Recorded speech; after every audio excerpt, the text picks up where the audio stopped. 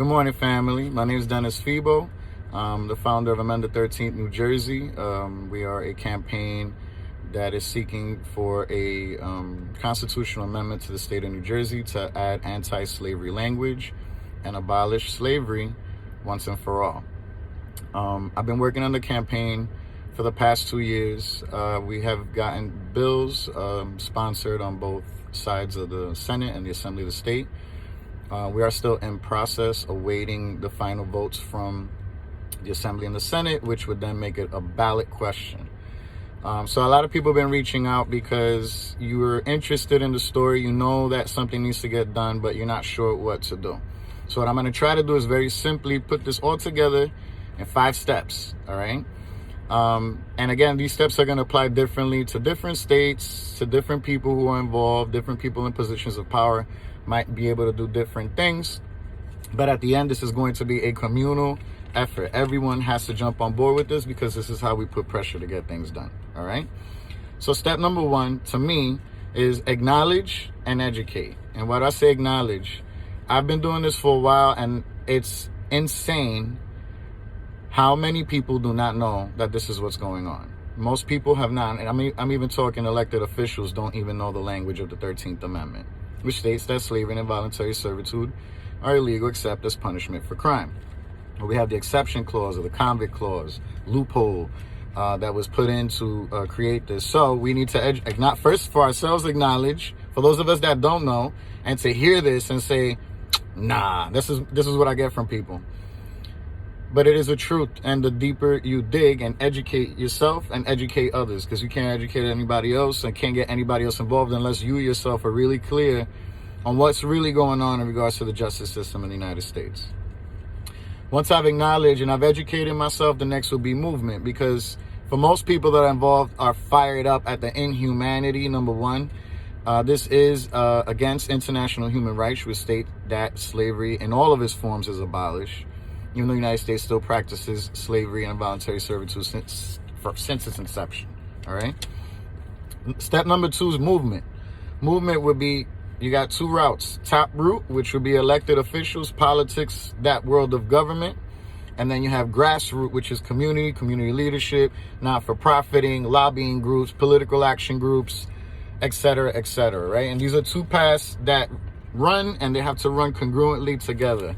The top route is writing the language to sponsor the language that we're trying to say, the narrative we're pushing, and the grassroots is putting pressure on all the other top routes to make sure that the bill goes where it needs to go, all right?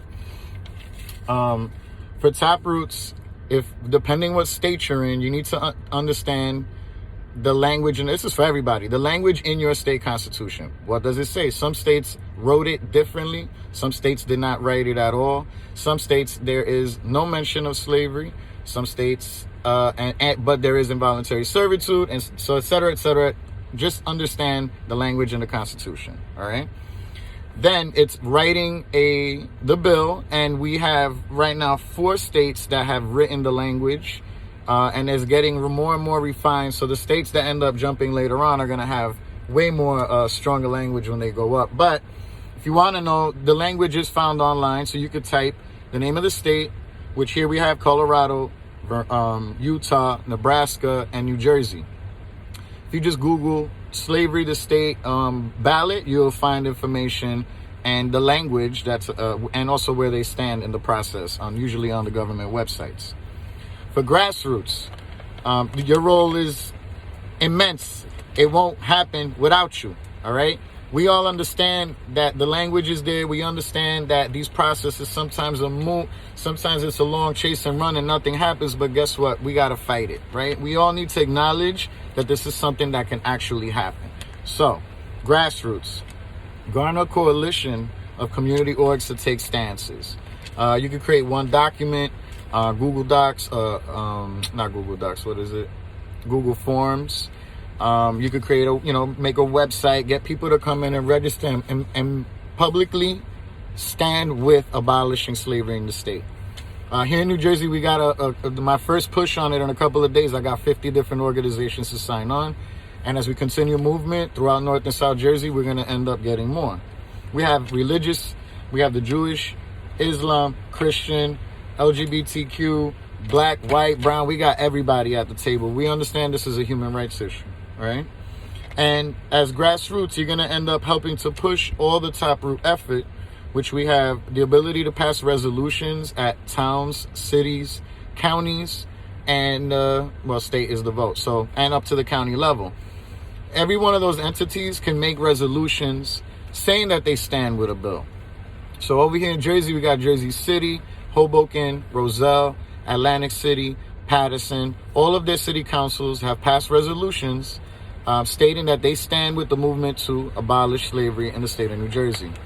We all have this language, so if you need it, just reach out to us, and I'll keep going with that, all right? This is where we get the sponsorship, the bill actually being sponsored. It went through its process, and it gets a bill number. Once you have a bill number, you know that it's good to go. It's on the table.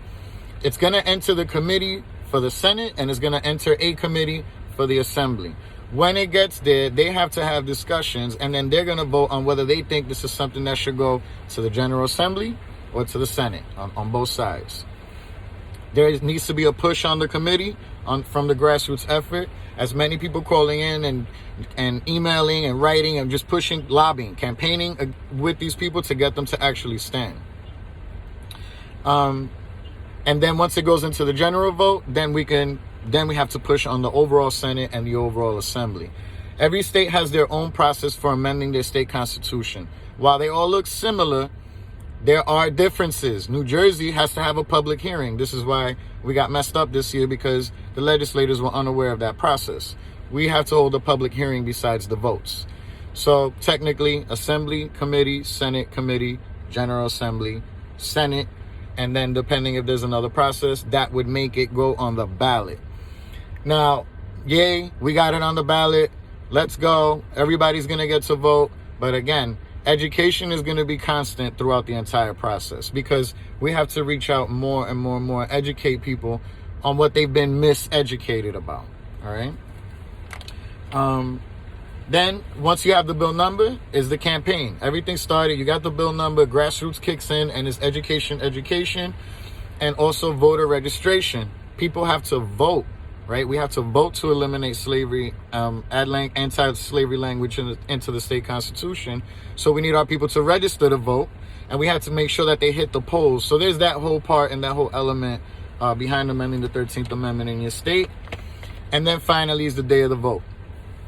We have Colorado in 2018 passed about a 60-40 margin of people who voted for, 70-30 margin on people who voted to eliminate and people to keep it, right?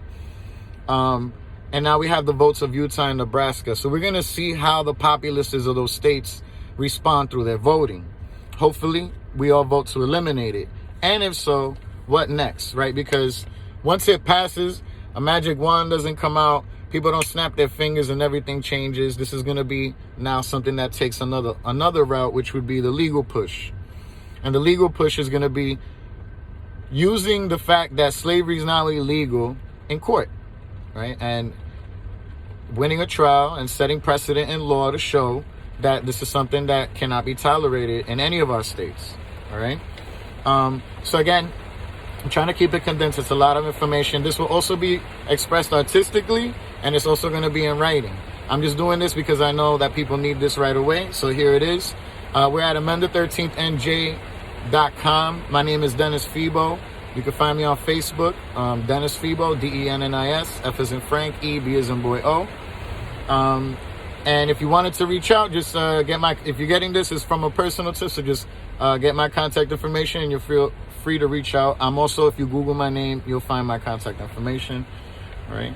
And God bless. Thank you for taking interest in this. This is, to me, one of the most crucial things that needs to happen in regards to reforming the system that we're in. We can't keep living like this. Our people can't keep living like this. God bless you for standing on this. Thank you, y'all. Have a good morning. Peace.